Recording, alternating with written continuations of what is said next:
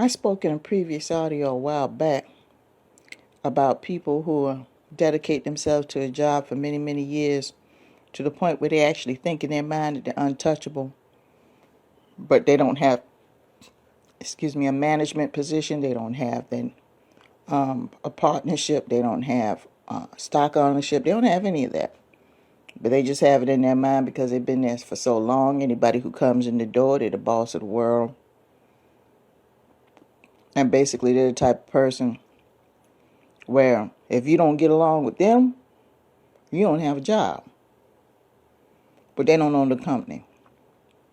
And unfortunately, some managers place these people in this position. They'll tell new people, so-and-so is going to train you, so-and-so has been here for so many years, so your best bet is listen to so-and-so.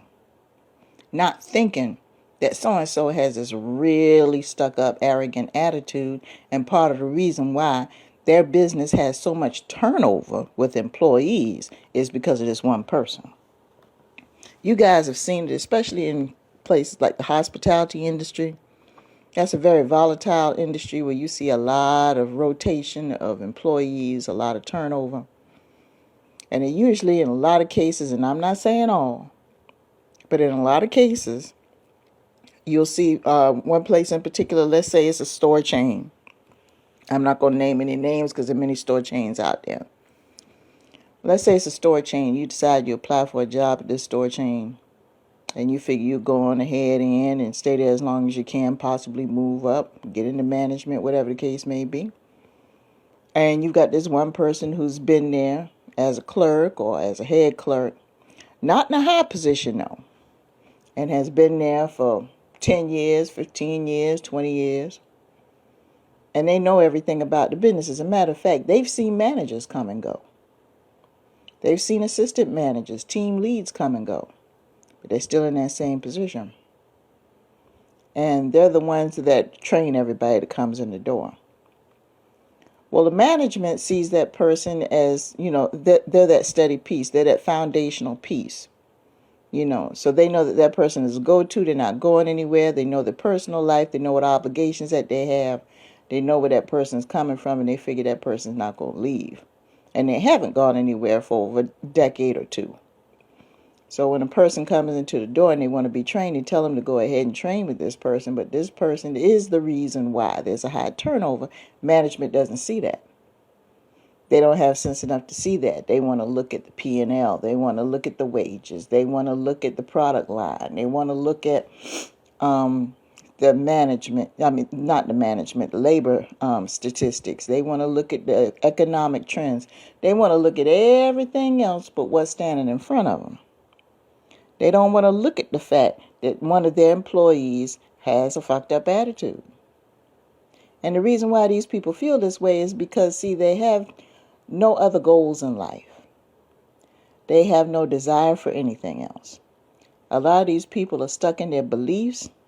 The same way that they were acting 10 years ago is the same way they're acting now. They haven't leveled up. If you visit their homes are probably decorated the same way, exactly the same way that it was 10, 15 years ago. Not a picture has changed.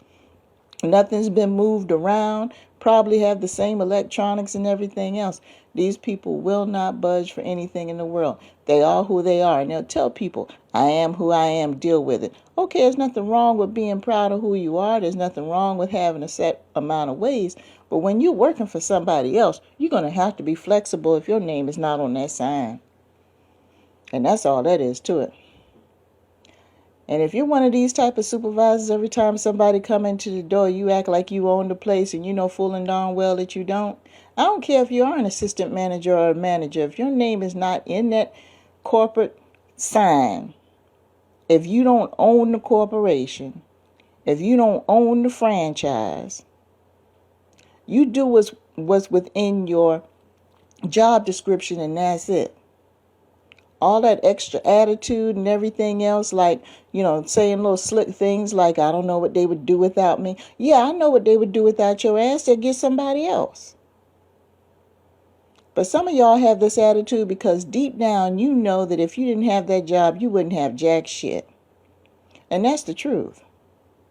So anybody who comes in the door, deep down, you perceive them as a threat for taking your position because you haven't done anything to level up your station in life. Let me say that again. Some of you who have been working these jobs for a long period of time and have this attitude that the job cannot survive without you, you are low-key hating on anybody who comes into the door because you feel threatened that they're going to take your position. And that's the truth. Hate me all you want.